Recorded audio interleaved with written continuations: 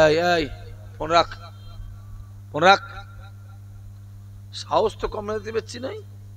রাখ রাখ, তুলে দেবো। মনে হচ্ছে আমার মাহফিল নতুন নয়। সর্বদা সে আল্লাহ দরবারে কোটি কোটি শুকরিয়া, জি আল্লাহ পাক আল্লাহ তাআলা আপনাদের সকলকে পর্দার অন্তরালে আমার মা ও বোনেদেরকে এবং আমি গুনাহগার আরামের বিছানা ছেড়ে, রাতের ঘুম ছেড়ে, দোকানে বাজারে আড্ডা মারা ছেড়ে, দুনিয়ার কাজ কাম আয়েশ আরাম বিলাসিতা ছেড়ে এই পাক বাগান জান্নাতে বসা তৌফিক দান করেছেন সেই আল্লাহ পাকের দরবারে কোটি কোটি শুকরিয়া। সকলে বলেন আলহামদুলিল্লাহ। সবাই মিলে জোরে বলতে পারে না? আপনারা ওই ভাঙড়ের লোকের কাছে গিয়ে শিখে আসেন, অনেক শিকার আছে আপনাদের। কথাটা গায়ে লাগালে হবে না ভাই। ফুরফুরা হুজুরদের ঘরে কেমন মহাব্বত করতে হয়, তাদের কেমন সম্মান দিতে হয়, ইমাম সাহেব কেমন সম্মান দিতে হয়, আলেমদের কেমন সম্মান দিতে হয়, রাসূলুল্লাহ যখন দুরূদ শরীফ পড়ায় কিভাবে পড়তে হয়, একটু ওই ভাঙড়ের লোক আর ক্যানিংয়ের লোকের শিখে আসবেন গিয়ে। তা হুজুর আমরা জানিনি, জানো, সবই জানো, জানলে কি হবে? কেউ অ থেকে চন্দ্রপুর পড়তে পারে, আবার কেউ অ থেকে চন্দ্রপুর দেখে দেখে কেউ পড়ে, আর কেউ আবার বলো আর না দেখেও পড়ে। জুম্মা দিনে কেউ খুতবা দেখে দেখে দেয়, আবার কেউ না দেখেও দেয়। দুটো খুদা মতো তফাৎ আছে অনেক। এত করা মানুষ মিলে একটা আওয়াজ, যেমন সব মনে সব যেন পোলিও খেয়ে বসে আছে। সাবু টাবু খেয়েছেন নাকি ভাই? সব পটলের দাম 7 টাকা না 60 টাকা? 7 মানে 7 টাকা।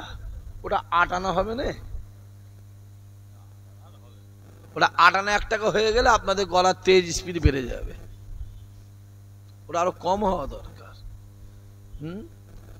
এত করা মানুষ একটা তাকবীর দিচ্ছে, একটা আওয়াজ দিচ্ছে, না আছে মহাব্বত, না আছে ইতমিনান, না আছে, না বলতে নয় যে ওই হচ্ছে হবে, চলছে চবে, এই তো চলছে বাপ। ভারতবর্ষের কন্ডিশনটা এবার চোখটা খুলে খুলে দেখো না, দেখো কালকে কাশ্মীরে কি হলো মনে আছে তো? মোবাইলগুলো খুলে দেখো না। থাক আমি ওদিকে যাবনি, এখানে ক্যামেরা ট্যামেরা হচ্ছে, এমনি আমার অসুবিধা আছে। এসব না থাকলে একটু জান খুলে মন খুলে আলোচনা করা যায়। যে রয়েছে মানে জবানে অনেক লাগাম দিয়ে কথা বলতে হবে, হ্যাঁ কি না? কেন এমনি কথা আছে, যাকে না দেখতে পারি বলুন তার চলনটাই দেখা লাগে। একবার ঝেড়ে তকবীর দেন তো, নারায়ে তাকবীর। যা আওয়াজ দিচ্ছেন আমার মনে হচ্ছে এইখান থেকে নেবে আপনাদের গলাটা জড়িয়ে ঘন্টা 2 কাঁদি বসে বসে। খুব জোরে আওয়াজ হয়েছে। এরকম আওয়াজ দিলে আপনি একদম দিল্লি পর্যন্ত পৌঁছে যাবেন, অসুবিধা হবে না। কি হবে না? এমনি তো বলছে এখানে আন্দোলন করার দরকার নেই, যা দিল্লি গিয়ে আন্দোলন কর। দিল্লি থেকে এরকম আওয়াজ দিলে হবে তো? এদের যত আওয়াজ কমে যাচ্ছে তত বাঁশ যাচ্ছে। কিন্তু ব্রিগেডের সভাটা বাতিল হয়ে গেল, হবে কি করে? তুমি আমি ঠিক নেই, ব্রিগেডের সভা হবে? হ্যাঁ, ভারত স্বাধীনের পর থেকে এই প্রথম ব্রিগেডের সভা কোনো মুসলমান সংগঠন ডেকেছিল, ঠিক না? জোরে বলেন, ডেকেছিল। সভাটা হওয়ার দরকারও ছিল, দরকার ছিল। কপাল, সেনাবাহিনী বাতিল করে দিয়েছে, লালবাজার পারমিশন দেয়নি। অনেক ব্যাপার আছে বাপ, আমি ওদিকে যাবনি, এদিকে আসেন। নবী পাক সাল্লাল্লাহু আলাইহি সাল্লাম বলেন, দুনিয়ার বুকে যে জায়গাটায় কোরআন হাদিসের কথা, সারা শরিয়াতের কথা আলোচনা হয়, আমি রাসূলুল্লাহ জানিয়ে দিলাম ওই জায়গাটাই হলো জান্নাতের বাগান। জোরে হবে না সুবহানাল্লাহ? কোথায় বসে আছি? বসার জায়গাটা পছন্দ না হতে পারে, কমিটির ছেলেগুলোকে পছন্দ না হতে পারে। এই গ্রামটার নাম কি জোরে বলেন? চাঁদকারি। মারাত্মক গ্রাম ভাই। হ্যাঁ, এই গ্রামে কিছু কিছু ছেলে আছে, সামনে একরকম আর পিছনে একরকম আছে না? নাই কথা বলেন না কেন? সামনে গোলাপ ফুল দিয়ে ঘুরছে, গোলাপ ফুল সামনে হুজুর গোলাপ ফুল নেবেন, আর পিছনে এতবার বাঁশ নিয়ে ঘুরছে দিবার জন্য। রাগ হলো নাকি ভাই? রাগ করবেন, ফুরফুরায় থাকি তো। হ্যাঁ, গিয়ে এমন খাতির করছে পুরো পাকে পুঁতে ফেলা মতন অবস্থা। হ্যাঁ, খবর নিয়ে দেখো গাছে তুলে দিয়ে মই কিয়ার লোকটা বেশি। আমি জানি, চিনি বলেই তো বলছি।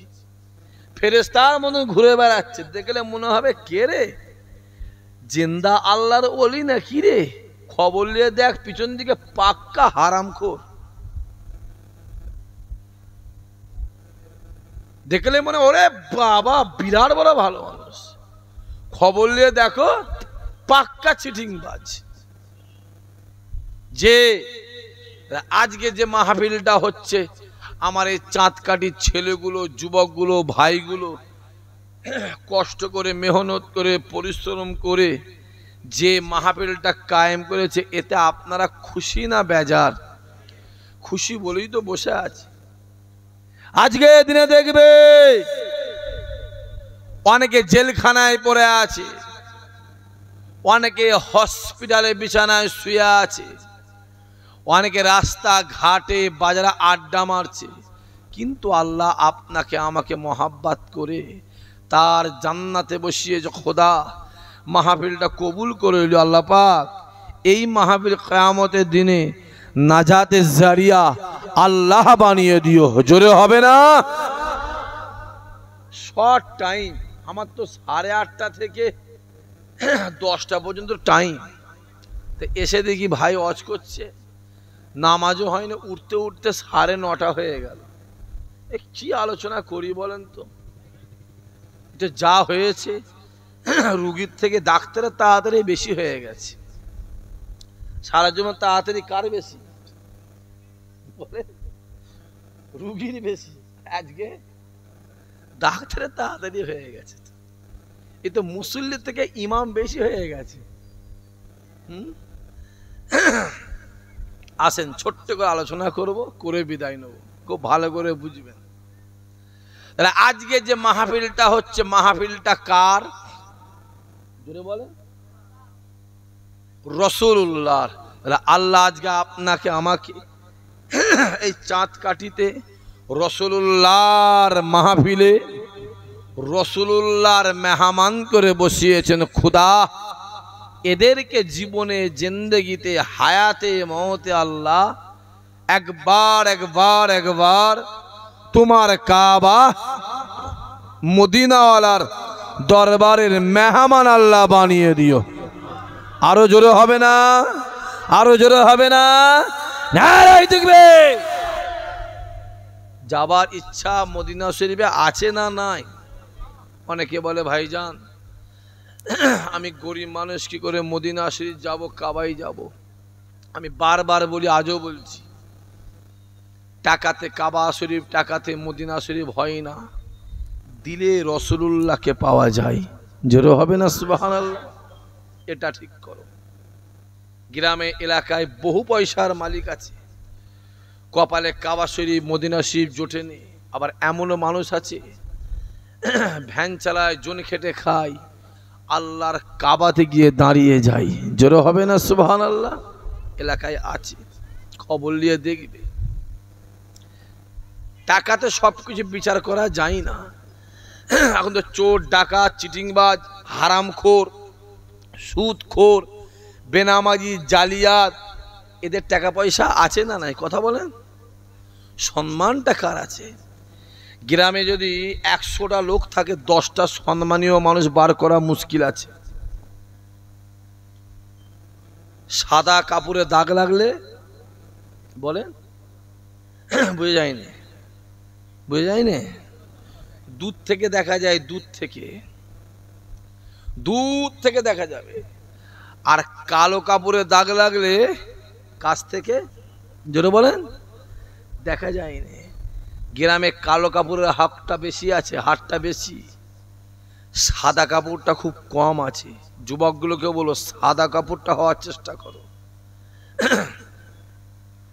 সম্মানটা নিয়ে বেশি দেখার চেষ্টা করো। হই হই হই হই করে সম্মানগুলো শেষ করুনি, সম্মানগুলোকে শেষ করুন। একটা সম্মান আছে গ্রামের, একটা সম্মান আল্লাহ দিয়েছে, ওটা রাখার চেষ্টা করো। আমরা দেখতে পাচ্ছি যা চলছে সমাজে আর বলে কাজ নেই। জলসা হয়ে গেল, বাড়ি যাওয়ার সময় গালে বিড়ি গুঁজে ঘরে চলে গেল। বলেন আছে না নাই বলেন? আমি চোখে দেখিয়ে দেবো আপনাকে, আমি চোখে দেখিয়ে দেবো। জলসা হয়ে গেল, যাওয়ার সময় মোবাইলে গান শুনতে শুনতে শুনতে শুনতে চলে গেল। বলো আছে না কথা বলো না কেন? আমি চোখে দেখিয়ে দেবো, আমি দেখিয়েছি তো। আমার মোবাইলে অনেক ফটো তোলাও আছে। ফুরফুরা শরীফে গেছে জিয়ারত করতে, মাথায় টুপি দিয়ে বিড়ি খেচ্ছে, জিয়ারত করতে গেছে বিড়ি খেচ্ছে। মাথায় রাখতে হবে, টাকা চলে গেলে টাকা পাওয়া যাবে, জমি চলে গেলে জমি পাওয়া যাবে, সম্মান চলে গেলে বলো ওটা জীবনে পাবে না। একবার যদি সমাজে হয়ে যাও, 30 বছর পরে বলে তোর আব্বা জানিস তো ওর বাড়িতে চুরি করেছিল, তোর আব্বা জানিস তো ওইখানে মার খেয়েছিল। 30 বছর পরেও বলবে। সম্মানটা রেখো। আমি যুবক ছেলেগুলোকে বলবো, একবার কষ্ট করে মেহনত করে পরিশ্রম করে খেটে খুটে পয়সা করে জমিয়ে একবার কাবা শরীফ আর রসুলের দরবারে যাবার চেষ্টা করো। আজকাল তো রসুলের দরবারে যেতে গেলে 4 লাখ টাকা লাগে না, 3 লাখ টাকা লাগে না। ফরজে 4 লাখ 5 লাখ টাকা ফরজে লাগে। 50,000 টাকা হলে উমরা হবে না? হবে না? কথা বলে 50,000 টাকায় উমরা হয়। হুজুর পয়সা নেই, অবশ্যই চেষ্টা করো হবে।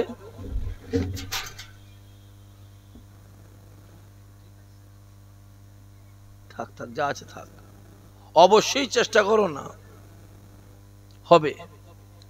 একটা ভাঁড় বানাও, ভাঁড় মাসে 1000 টাকা করে ফেলো, 12 মাসে কত হবে? 12,000, 5 বছরে 60,000 টাকা হবে। 60,000 উমরা হবে না? হবে না? এখন তো 50,000 টাকা নিয়ে যাচ্ছে, 50,000 নিয়ে যাচ্ছে। একবার চলে যাও, পরে ফরজ হবে, পরে হবে, একবার চলে যাও। মদিনার দরবার রহমতের দরবার, রাসূলুল্লাহর দরবার জান্নাতের দরবার। জোরে হবে না সুবহানাল্লাহ?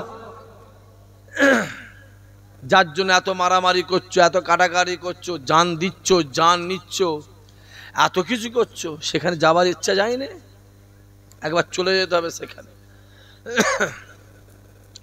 নবী আমার ডাক দেয়, বাবা সাহাবারা শুনে রেখে দেন। এ জওয়ান যুবকেরা, আল্লাহ নবী ডাক দেয়, বাবা সাহাবারা শুনে রেখে দেন। আমি রাসূলুল্লাহ জানিয়ে দিলাম, জীবনে জিন্দেগিতে হায়াতে মতে যদি আমার গুনাহগার উম্মতি একবার আমি রাসূলুল্লাহর দরবারে এসে সালাম দেয়, ও বাবা সাহাবারা শুনে রেখে দেন, আমি রাসূলুল্লাহ জানিয়ে দিলাম, কাল কিয়ামতের ময়দানে মাসারে তাকে শাফায়াত করা আমি রাসূলুল্লাহ আমার জন্য ওয়াজিব হয়ে যায়। আরো জোরে হবে না? রাসূল বলেছে। একবার আমার মাজারে যে এলো, শুধু আমার সালামটা যে দিল, কিয়ামতের দিনে তাকে শাফায়াত করা আমার জন্য অজীব। কেতাবওয়ালা লিখছে, রাসূলের শাফায়াত যে পেল বেহিসাব জান্নাতি হয়ে গেল। জোরে হবে না? চলে যেত। একবার চেষ্টা করো, একটা ভাঁড় বানাও, আমাদের লক্ষ্মীর ভান্ডার করে ফেলুন। লক্ষ্মীর ভান্ডার বোঝেন তো বাপেরা? সব মা বোনেরা লেয় তো না লেয় নে, হ্যাঁ লাভ বেশি করে নেবে। বেটা এই বিরোধী করছে, যে বেটা বিরোধী করছে তার বাড়ি খবর হলো লক্ষ্মীর ভান্ডারে বসে আছে। বলো ঠিক বলছেন ভুল বলছি? কথা বলুন কেন? বলো, যে ইমামটা বিরোধী করছে খবর হলে সে ইমাম ভাতা নিয়ে বসে আছে। একটা মুখে করকম কথা, বেটা হাতে একরকম কথা, পায়ে একরকম কথা, মুখে একরকম কথা, পিঠে একরকম কথা, কাঁধে একরকম কথা, চোখে একরকম কথা। হ্যাঁ, এটা কিয়ামতের ময়দান হচ্ছে, কিয়ামতের ময়দান হচ্ছে। ময়দানে মাহাসারে মুখ থেকে বান্দা মিথ্যা বলবে, আল্লাহ জবান বন্ধ করে দেবে, হাতের জবান খুলে দেবে, কানের জবান খুলে দেবে, চোখের জবান খুলে দেবে, হ্যাঁ পায়ের জবান খুলে দেবে, বুকের জবান খুলে দেবে। কিয়ামতের ময়দান হচ্ছে নাকি? যে জিনিসটা বড্ড বেশি বিরোধী করছে সে বেলা সেটাই হচ্ছে।